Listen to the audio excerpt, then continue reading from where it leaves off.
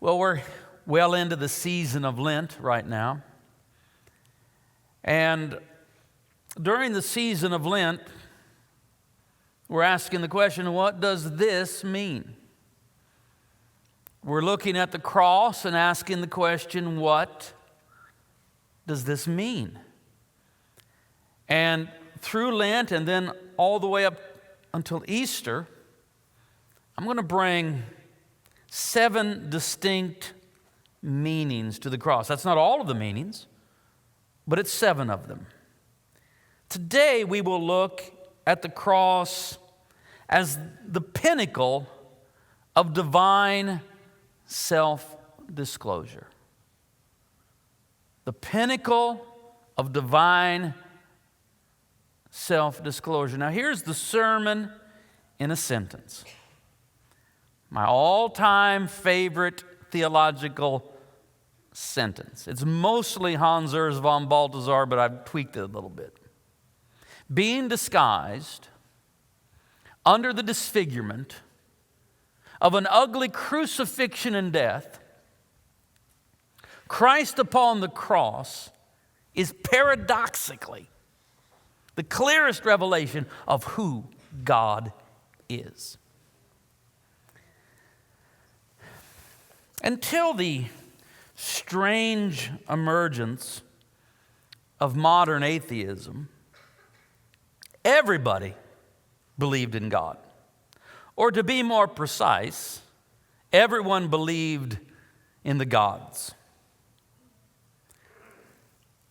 In order to account for the phenomenon of being, these ancient people had the proper instinct to look beyond nature. So every culture, every single culture of the ancient world developed their own pantheon of transcendent gods and goddesses. But within these polytheistic religions, there was almost always a supreme God. And so they had a multitude of gods and goddesses, but they would have a supreme God. And I want to introduce you to some of the supreme gods of the empires that were reigning, rising and falling, during the time of ancient Israel. I'm going to introduce you to these supreme gods. And these would have been the gods that were worshipped when Abraham is coming into Canaan. When Moses was leading Israel out of Egypt. When David was the king of Israel. When Elijah was the great prophet of Israel. And when Daniel was living in both Babylon and then later Persia. We'll start with the empire of Egypt. And their supreme god was Ra. Ra is the sun god. Ra had the body of a human and the head of a falcon. This is how Ra is depicted. As we look at Ra, there's massive symbolism here. And since I'm not here to really preach Egyptian religion of the ancient past, I'm not going to go through it all. But there's all kinds of symbols there. And, Ra's the sun god, and he's got some weapons, and you see the Ankh, the symbol of life, and he's on a boat on the Nile because he's also connected with the Nile, which was so vitally important to ancient Egypt. But very often, these supreme gods in these polytheistic religions were viewed as virtually unreachable.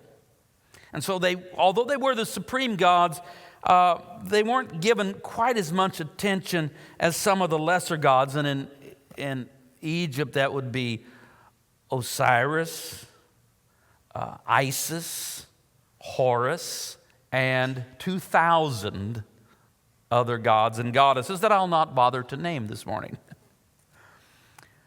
Then there's Babylon. The empire of Babylon figures prominently in Scripture, and the chief god is Marduk. Marduk is also known as Bel. Bel just means Lord. Marduk means wisdom, so Lord Wisdom was this god. And the word Bel, meaning Lord, actually shows up in the Bible, in both Isaiah and Jeremiah, in their prophetic denouncements of Babylon. They speak disparagingly of Bel. But Bel is also associated with a pagan god that you have heard of, no doubt, Baal or Baal, which was the chief god of the Canaanites. Marduk is also the god of thunder, which is typically a big deal. Whoever the god of thunder is in these ancient religions also was a chief god. The god of thunder, what you're looking at there is a sketch of a relief that was excavated in Nineveh in the late 1800s. And Marduk, or Bel, is portrayed there as destroying the chaos monster. So you see that Bel is well armed. I mean, he's got some fancy tridents and a spear, and looks like he's wearing a wristwatch. I'm not sure about that. I haven't got that one quite figured out. He wants to be a god that's on time, and so he's got his wristwatch on, and he's destroying and you just look at it, you see it, it's an evocative image that gives you the concept of power. That dude there's got power. He's got all kinds of weapons, and he's fearsome and strong, and he's able to destroy the chaos monster. That's Babylon.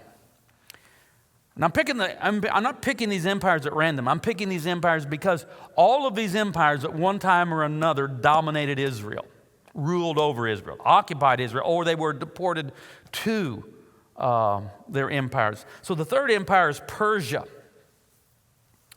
And this is Ahura Mazda. Ahura Mazda. Ahura means Lord. So this is Lord Mazda. And Mazda is the creator god. First appeared in the 6th century BC. So this would have been the chief god that was worshipped by King Cyrus and King Darius, which was part of Israel's experience because many were deported and lived in Persia in that time. Others, and the entire kingdom of Israel was under the dominion of the Persians. Later, Mazda becomes the chief god of Zoroastrianism, a religion in Persia. So, watch this. This would have been the chief god that the Magi worshipped until a star led them to Bethlehem, and they bowed down and offered gifts unto a baby lying in a manger. So there's Mazda, and of course he's depicted as a dude on a horse. And this becomes a very, very common motif all around the world. You go anywhere in the world, go to a capital city, and you will find that image. But this happens to be a god. This is the Persian god Mazda. And what he's actually doing there is he's offering the ring of sovereignty to one of the Persian kings. So the idea is that the Persian kings reign because the supreme god Mazda is giving them authority to reign. Yesterday, Perry and I were talking about the ancient Persian pantheon because that's the kind of scintillating conversation we have. And she said, is Mazda still around? I said, nope, Mazda's been put out of business. Oh, you mean the car company? Yeah, the car company's still around, but Mazda, the Persian deity, has been put out of business. One more. This is a most important one. This is the most famous of the retired pagan gods. This comes from Greece. This is the Greek god Zeus. And who is Zeus? Well, Zeus is the king of the gods, and the gods reign on Mount Olympus. And it's quite a soap opera what goes on with those gods and goddesses on Mount Olympus, but they have a king, and this is their king, Zeus, and then the Romans didn't invent a new religion. So the Greek Empire is followed by the Roman Empire. The Romans just loved everything about Greece. They just took it and gave it Latin names. And they didn't change the pantheon. They just gave them Latin names instead of Greek names. So for the Greeks, that god is Zeus. And for the Romans, it's Jupiter, but it's the same god. And Zeus also is the god of thunder. And that's why Zeus is often depicted, this is an actual idol that would have been in a temple from antiquity. And Zeus is often depicted holding a thunderbolt. That's what that is. And so Zeus is a threatening god. And Zeus is depicted in postures that are fairly threatening. Often he's standing in a stance with one hand maybe accusing and the other holding a lightning bolt that he's at any moment going to hurl. All right, so this here is a artistic depiction of really how Zeus probably occupied the minds of Greeks and Romans in the ancient world, that God is threatening, dangerous, that if God is not properly appeased at any moment, he's got that thunderbolt, strike you down. All right, so let's bring them all back. Here's my little Mount Rushmore of pagan gods. From Egypt, we have Ra. From Babylon, we have Marduk or Bel. From Persia, we have Mazda, the god, not the car company. And from Greece and Rome, we have Zeus and Jupiter. Now, when you look at these Gentile pagan gods, just look at them. What words come to your mind? I look at them and I think powerful, violent, dangerous. You don't want to trifle with them. Fearsome, in the sense that they evoke fear in us. What you're looking at, these are accurate, fair depictions of how ancient pagan people viewed their gods, which is to say, this is how the gods of the ancient world lived in the minds of these ancient peoples, which is to say, this is their theology. This is how they thought and spoke about God. Now, I want to say this. I'm not mocking. I really want to be clear. I mean, I made a joke here and there, but really, I'm not actually mocking the Egyptians, the Babylonians, the Persians, the Greeks, the Romans for having these ideas about God, because how else are they going to have any other idea? They're kind of on their own. They're wrestling with it. They're trying to figure it out. It's certainly no more ridiculous than the modern superstition of atheism. I have plenty of respect for the struggle that the agnostic has. I can understand being agnostic about everything, but just to flat out say there is no God, that just strikes me as a rank superstition. Every bit as silly as we might, as modern people, view the ancient pantheons. Well, during the time of the Egyptian, Babylonian, Persian, Greek empires, which really covers the story told in the Old Testament, there was another people, a unique people, who were very strange and very different. I'm talking about the Hebrews. First of all, they worshiped one God, just one. One. What a poverty of gods. I mean, these people have these religions have thousands and thousands of gods. They're down to one. They have one God, and they have no image of this God, which was unthinkable in the ancient world. You have many gods, and you have many depictions of them. You have idols, you have statues. It looks like this. He's holding a spear. He's holding a thunderbolt. He's riding on a horse. This is what our God is like. The ancient Hebrews only have one God, and they say, well, what's he look like? We don't know. We have no image. The ancient Hebrews had no image of God because in their 10 commandments, the second one says this: you shall not make for yourself an idol or an image of the divine. In Solomon's dedicatory prayer of the temple, because, they they had the tabernacle with Moses, but then in the days of Solomon, they built a temple. Now, temples are, common the world over. All of these other religions had temples because temples is where you put your idol of your God, where you worship. So now Israel has a temple, but there's no image in the temple. There's nothing to go see as far as a depiction of the divine.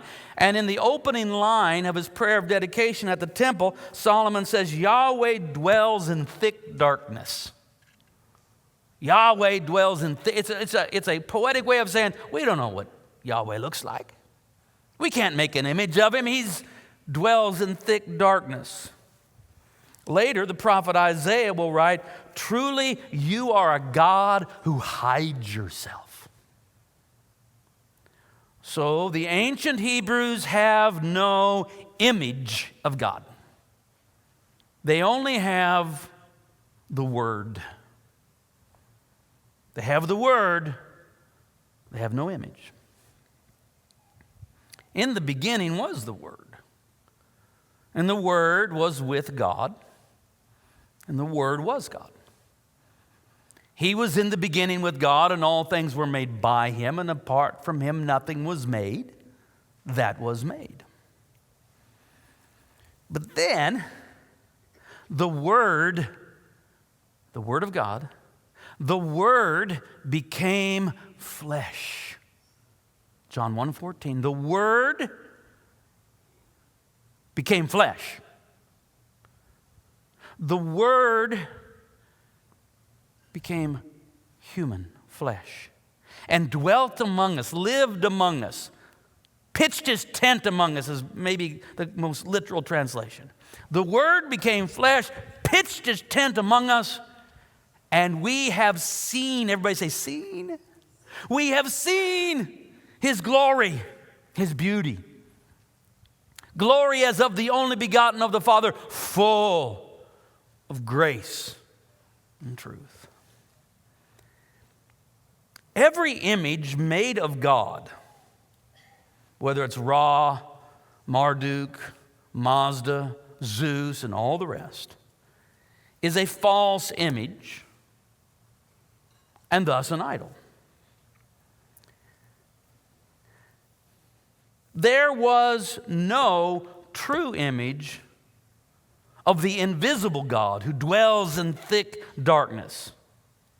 Only the Word. But then the Word became flesh. And the Word became visible. That's why John says the Word, there's only the Word, but then the Word becomes flesh. And when the Word became flesh, then we can say we have seen his glory, the glory of God. We have seen the beauty and glory of God because the Word became visible in human flesh. Jesus Christ is not an idol. Jesus Christ is an icon. Jesus Christ is the true icon of the invisible God, which is exactly what the Apostle Paul says in Colossians 1:15. Christ is the image, but the Greek word is icon. Christ is the image or icon of the invisible God. Hebrews says he is the exact imprint of God's very being. Not Ra, riding in a boat with his spear. Not Bel, with his many weapons. Not Mazda, the dude on the horse. Not Zeus with his thunderbolt. No, those are not the true images of God. Those are idols. But Jesus is not an idol. Jesus is the icon. He is the exact representation of who God is. To see Jesus Christ is to see exactly, not approximately, exactly who God is. And that's why the climactic, it's why we have this image here. Because it was, what was the climactic, definitive moment of God's self-disclosure? It's the crucifixion. It begins born, wrapped in swaddling clothes, lying in a manger, but the moment of full disclosure of who God is the crucifixion. This is why Paul said to the Corinthians, I determined to know nothing among you except Jesus Christ and Him crucified. The pinnacle of divine self-disclosure is the crucifixion of Jesus Christ. In other words, when we look at this, we say, that's what God is like. Right there. God is like that.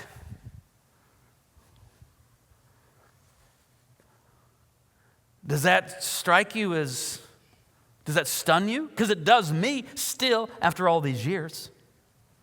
When we look at Christ crucified, we say that right there is exactly what God is like.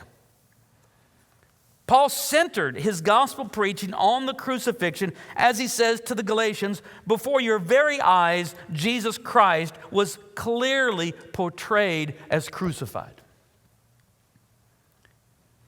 Paul, in preaching to the Galatians, focuses on the crucifixion. Why? Because being disguised under the disfigurement of an ugly crucifixion and death, Christ upon the cross is paradoxically the clearest revelation of who God is.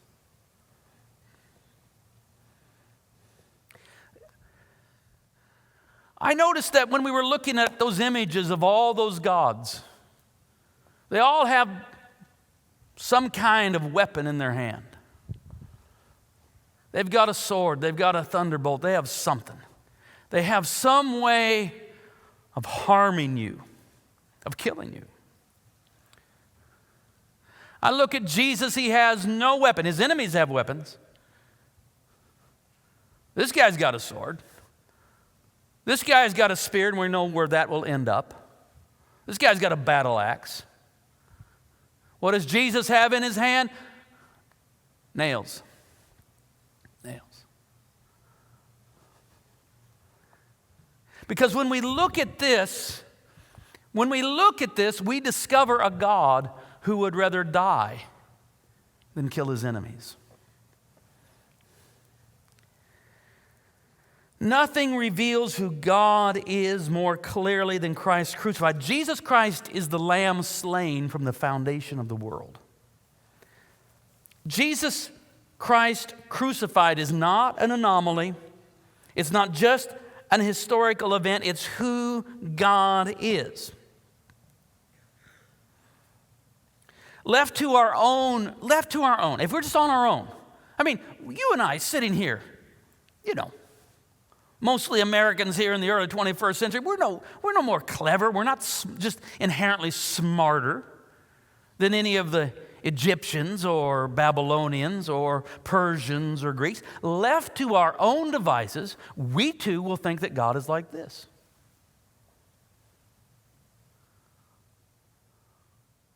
That's what will haunt our imagination when we think of God. The transcendent being that is the answer to the question, why is there something instead of nothing? We will have these kinds of images. And we will see God as angry, violent, and retributive. We will see God as dangerous. We will see God as one who must be appeased lest he harm us. But through the revelation of the incarnation, culminating in the crucifixion, vindicated in resurrection, we discover that God is like this. This This is the pinnacle of divine self-disclosure. This is what God is like. I know, even Christians living in the 21st century still sometimes have their imagination haunted with a Zeus-like God.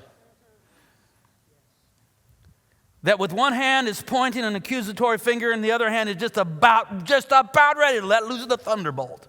And that haunts and I'm telling you, God is not like that. He's like this.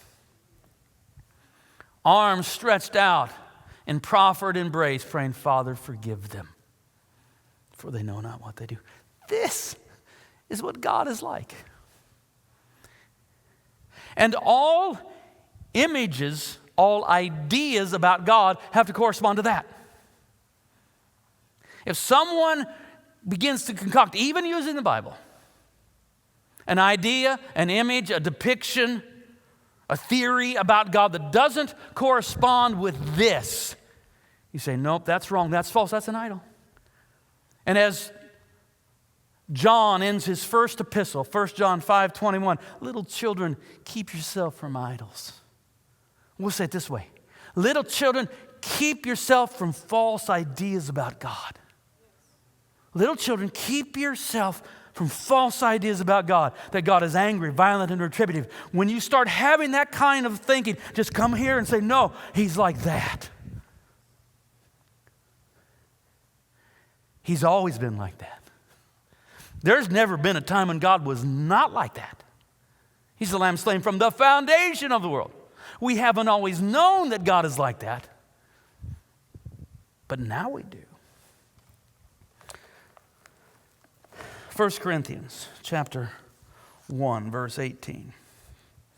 The Apostle Paul, for the message about the cross is foolishness to those who are perishing. But to us who are being saved, it is the power of God.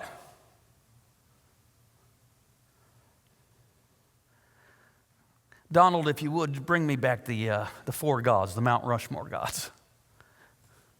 Those images, every one of them, are designed to portray how we think power looks.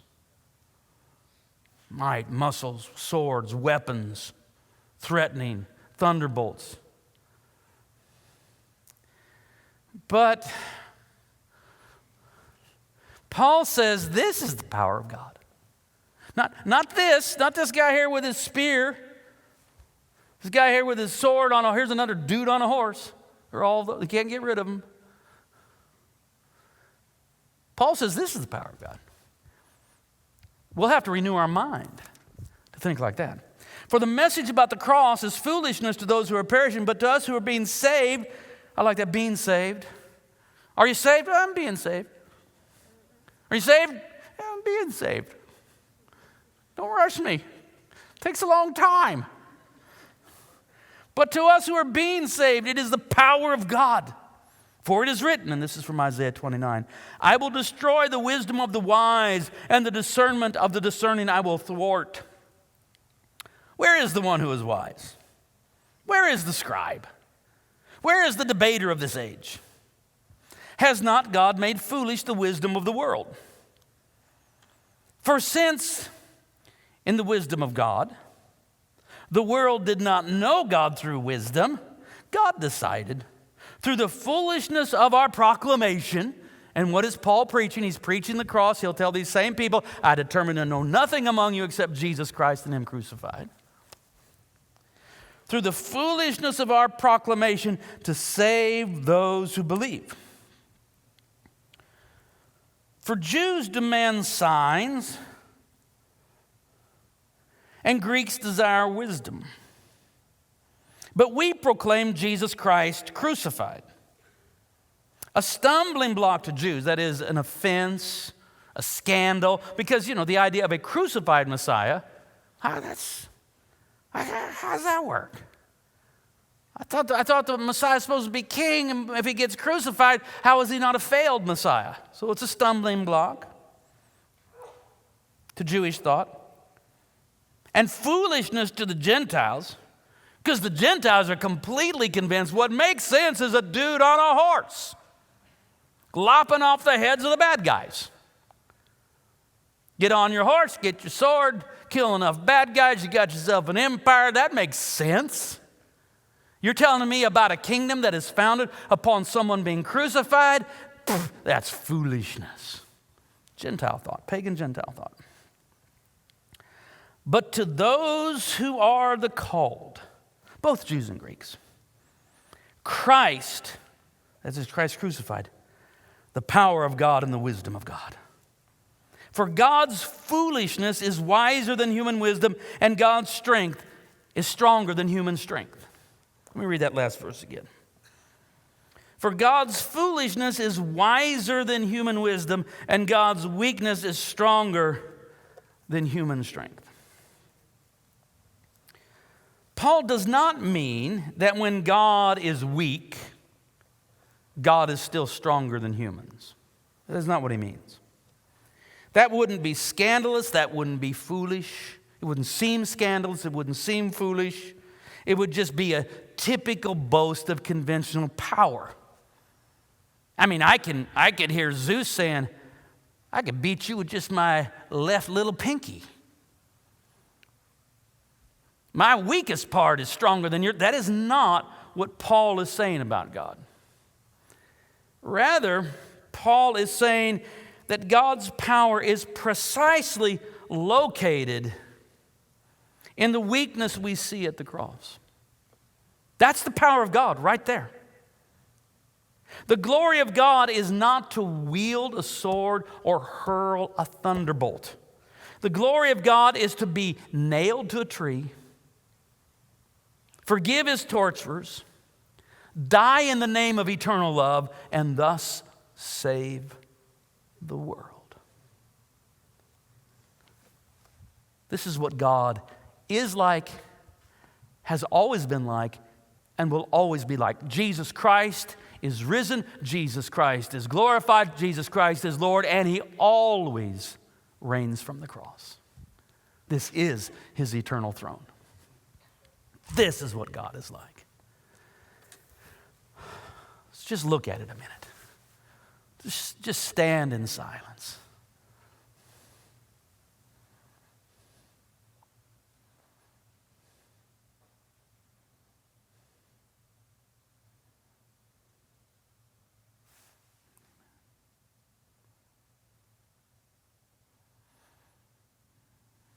Amen.